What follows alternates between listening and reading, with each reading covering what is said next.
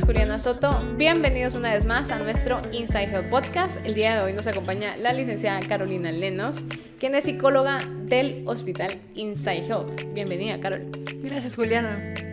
Pues el día de hoy estaremos tocando un tema muy interesante. Es un tema que le va a ayudar sobre todo a los padres de familia que tengan hijos pequeños. Es el trastorno por déficit de atención con hiperactividad.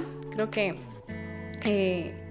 con este podcast vamos a despejar muchísimas dudas acerca de los síntomas o los signos que dan los niños de que están padeciendo este trastorno, y Carol nos va a ir despejando muchas dudas para que, pues, si ya somos adultos y creemos que lo pudimos tener, pues podamos más o menos tener una luz o una guía y acudir a terapia si es que creemos que lo tenemos, o si somos padres de familia, pues acudir a pedir ayuda si vemos que nuestro hijo pues tiene algunos rasgos de este trastorno. Entonces, Carol, yo te quería preguntar, pues para arrancar, que nos expliques qué es el trastorno por déficit de atención, y bueno, luego hablamos de la hiperactividad.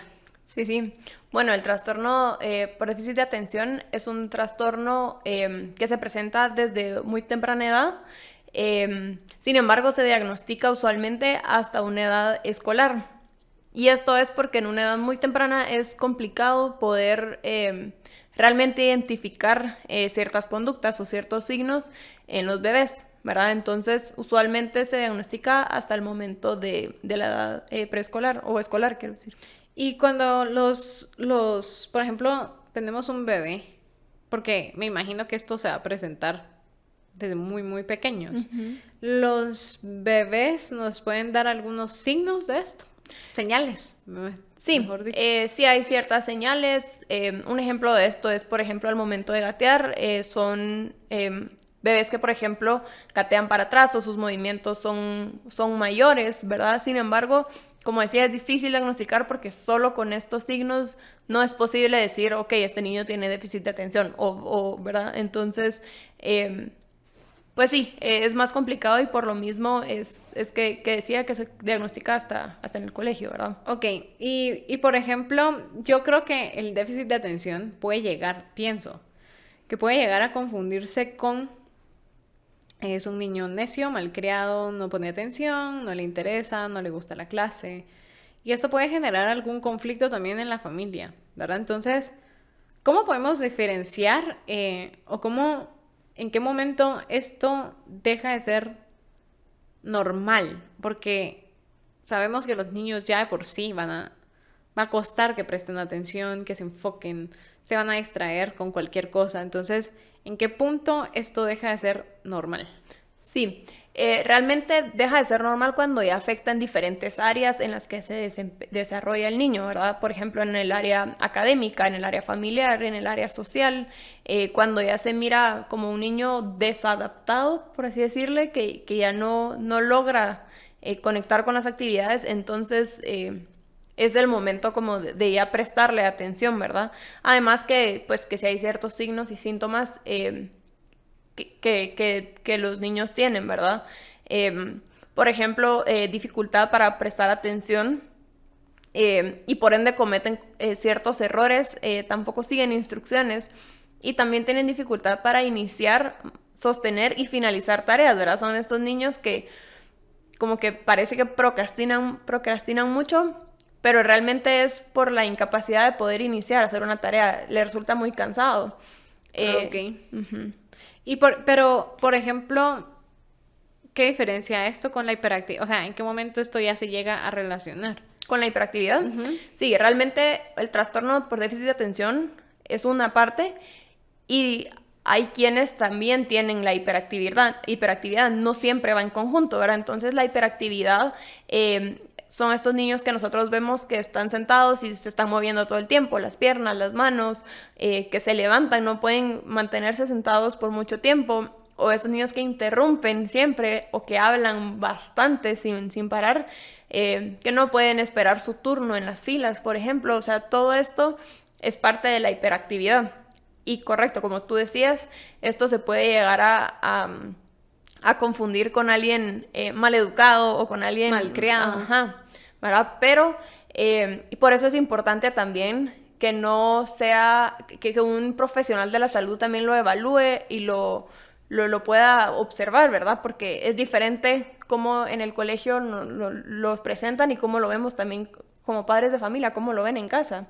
Sí, porque es que yo creo que se da muy fácil ese tema de confundirlo, ¿verdad? Sí. O sea, el niño no hace caso. Me imagino que hay muchos, y en mi colegio también pasaba mucho, la directora llamaba a los papás, o sea, y habían papás que pasaban todas las semanas ahí, ¿verdad? Entonces, yo me imagino que después de este mal comportamiento, había castigo, regaños, ¿verdad? Entonces, ¿cuál es la forma correcta de manejarlo? Porque si bien es cierto que tenemos cierto desconocimiento, no sabemos cómo llevar cómo manejar esto, tal vez no sabemos que es un déficit de atención, no sabemos que es hiperactividad. Entonces, si pensamos, si nuestro hijo nos da señales de que algo está pasando, ¿cuál es la forma correcta de abordarlo? Además de, como siempre lo decimos, de buscar ayuda profesional. Bueno, creo que lo mencionaste, pero creo que es parte del inicio, ¿verdad? Buscar ayuda psicoterapéutica y también buscar ayuda pues médica. Usualmente con estos trastornos debe medicarse. Y es porque este trastorno es un trastorno del neurodesarrollo, ¿verdad? Entonces, lo que sucede es que hay la dopamina se ve afectada en el cuerpo. Entonces, los medicamentos son medicamentos estimulantes que se le dan para que los niños puedan pues funcionar de una mejor manera. Además de esto, también se dan ciertas recomendaciones tanto en la parte académica como en la parte familiar, ¿verdad? En la parte académica, no sé si has visto que en los colegios, por ejemplo, hay suelen poner como muchos rótulos y muchos carteles en las clases y realmente para estos niños les complica prestar atención porque entonces son distractores externos que ellos tienen, ¿verdad? Y no logran fijarse. Entonces lo que se suele pedir en los colegios es que todos estos carteles pues se eliminen o se pongan solo los realmente necesarios, que el niño esté sentado adelante y esto es para que casi que haya una conversación que parezca como si fuera una conversación uno a uno, ¿verdad? Donde el niño está prestando la atención 100% a la maestra. También se solicita que se les pida únicamente los materiales que van a necesitar, ¿verdad? Porque después están estos niños que tienen todo encima y ya ni tienen lugar donde escribir. Entonces, estas son algunas de las recomendaciones que se hacen en el colegio y en casa también. Aunque no se habla mucho de esto, pero la parte del sueño y de la alimentación es muy importante prestar la atención. No todos los alimentos en exceso, ¿verdad? Hay ciertos alimentos que el azúcar. Ajá, que hacen más complicado el proceso y también generar cierta estructura, ¿verdad? Hacerles saber a los niños qué va a pasar, hacer un calendario visible que donde ellos puedan ir marcando, hacer, por ejemplo, checklists de lo que van haciendo para que puedan ellos pues seguir sus tareas un orden. Y tener un orden. Y también tal vez tener ciertos tiempos específicos que tal vez no sean tan largos, pero un tiempo en específico donde ellos tengan que trabajar, de ahí se puedan levantar y volver a trabajar. Creo que es de bastante, pues les beneficia bastante a ellos. ¿Y qué pasaría, por ejemplo, si, bueno, yo me imagino y pensándolo, no soy mamá, pero hay muchas mamás que son un poco más cuidadosas, ¿verdad? Y protegen mucho a su hijo de todo el tema farmacológico, ¿verdad? O sea, yo, como siempre lo digo, recibo muchas llamadas y también recibo muchas llamadas de personas que dicen que no se van a medicar por el tabú y la resistencia que existe hacia la medicina psiquiátrica, ¿verdad? Entonces, me imagino que hay mamás que se van a resistir a darle fármacos a su hijo pensando que esto les va a afectar o esto los va a cambiar, les va a cambiar la personalidad, o sea, pueden pasar muchas cosas. ¿Qué pasa si me resisto a darle medicina a mi hijo? O sea, ¿de qué otra forma lo puedo tratar? Bueno, siempre puede existir esta parte, pues una terapia psicológica, ¿verdad? Sin embargo, y bueno, hay casos en los que pues esto es suficiente. Sin embargo, sí hay casos donde pues ya se miran afectadas otras áreas, ¿verdad? Académicamente los niños disminuyen sus notas, ¿verdad? En la adolescencia hay niños que tienden a tener conductas más desafiantes, en la adultez también, ¿verdad? Entonces, como que es algo que va evolucionando de forma negativa. Entonces, yo creo que realmente, pues al final acudir con un profesional de la salud, un psiquiatra, nos da e informarnos nosotros también de qué es, ¿verdad? Saber cuáles son los efectos que pueden generar, los efectos secundarios y qué va a beneficiar a nuestros hijos. Creo que eso es súper importante y poder balancear y saber ponerlo en la balanza, ¿verdad? Y saber, ok, los efectos secundarios, si es que los hay, van a ser menores al beneficio que le va a generar, ¿verdad? A nuestros hijos. Por ejemplo, hay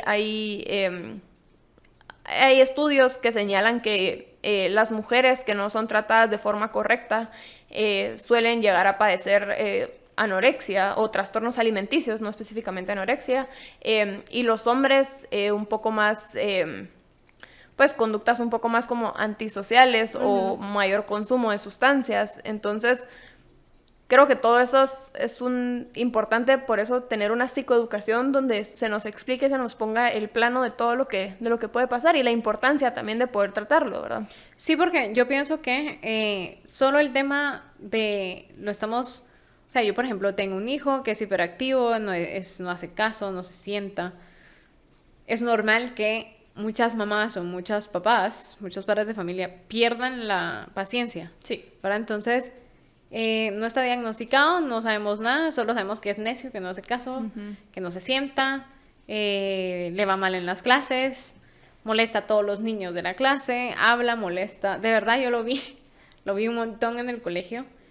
Y esos niños pasaban castigados. Sí. ¿Verdad? Entonces, seguramente esa no es la forma de llevarlo. Sí, no. Y realmente, en vez de castigar, se premian, mejor dicho, con ciertas actividades, ¿verdad? Se les pide que se completen ciertas actividades y al momento de hacerlas se premia a los niños. Entonces, esto genera también que ellos vayan, pues, haciendo las actividades de forma más como automática y poco a poco se van como disminuyendo los premios para que ellos puedan ir cumpliendo con esto, ¿verdad? Cumpliendo, sí, es completamente diferente el trato, ¿verdad? O sea, Sí. te voy a castigar, te voy a premiar. Sí. O sea, el día de la entrega de notas había muchos niños que paraban castigados, retrasadas. Sí. ¿Verdad? O sea, y era muy mal visto, pero y el niño lo veía como algo malo simplemente y yo, por ejemplo, lo veo en otras clases. Por ejemplo, a mí me costaba mucho el tema de la matemática, la física, la química, todo lo que requiriera de una concentración que iba más allá de lo que yo podía dar o de verdad de comprender ciertas cosas que necesitan mucho más tiempo, mucho más enfoque, a mí no me iba bien, ¿verdad? Y no solo a mí, a un montón de personas. Y mis papás se pasaban frustrados, pero no entendían por qué. No quiere decir que yo lo tenga, o no sé, o sea, nunca me diagnosticaron, pero creo que es algo que, si tal vez en esas épocas la salud mental no se le daba tanta importancia. Ahorita ya tenemos mucho más fácil acceso a esa información. Antes del internet, en la época cuando nosotras éramos pequeñas, no existía, ¿verdad? Entonces los papás se basaban en la información que ellos tenían. Ahorita creo que ya hay información, ya hay acceso a entender muchos síntomas, muchos signos.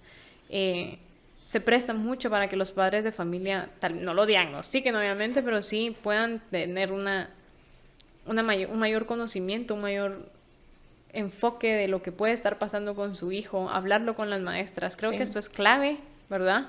La comunicación siempre va a ser importante y no resistirnos a la terapia, ¿verdad? Sí. O sea, irle perdiendo un poquito ese miedo, quitar el tabú de que mi hijo va a un psicólogo, ¿verdad? O sea, sí, es como... yo creo que es eso, como la psicoeducación, no solo en cuanto a fármacos, sino también en cuanto a la psicoterapia, ¿verdad? Como decías, antes tal vez la psicología era un tema más tabú, sin embargo creo que ahora ha ido cobrando un poco más importancia, que creo que es bueno, ¿verdad? Porque al final lo único que hace es beneficiar el desarrollo de los niños, ¿verdad? Y en este caso, con este trastorno que hablamos específicamente, es darle una mejor vía a ellos o algo que les va a facilitar más, ¿verdad? Ya no va a ser estresante el colegio, no voy a tener malas notas, no voy a estar regañado, sino simplemente verlo de otra forma, ¿ok? Entonces hay ciertas formas de tratarlo que les va a beneficiar y que en un futuro también, aunque el trastorno es algo crónico, es un trastorno crónico, pues va a funcionar de una mejor forma, va a adaptarse mejor a los diferentes ámbitos. Sí, yo creo que, pues ya para finalizar, como último consejo, y como siempre lo decimos, si queremos que necesitamos ayuda profesional, pedirla, ¿verdad? Sí, o sea, importante. No tenerle miedo a la terapia, o qué va a decir la gente, o no quiero que nadie sepa que mi hijo va a un psicólogo, o que toma fármacos. Creo que ya las cosas han cambiado, la medicina también ha cambiado, ya Sí. no... antes la gente decía que no tomaban la medicina psiquiátrica porque generaba dependencia.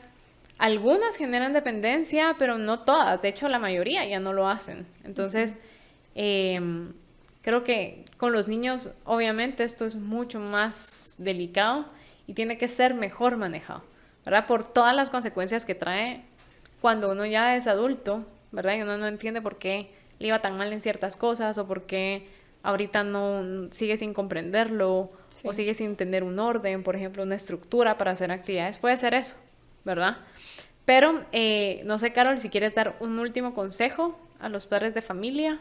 Sí, yo creo que es importante que realmente le prestemos atención a los diferentes signos y síntomas y que acudamos con profesionales de la salud, ¿verdad? A veces, pues como papás es difícil ver ciertas cosas negativas en nuestros hijos o aceptarlas, pero creo que realmente, pues de tratarlas de la forma correcta, al final va a ser beneficioso para ellos, ¿verdad?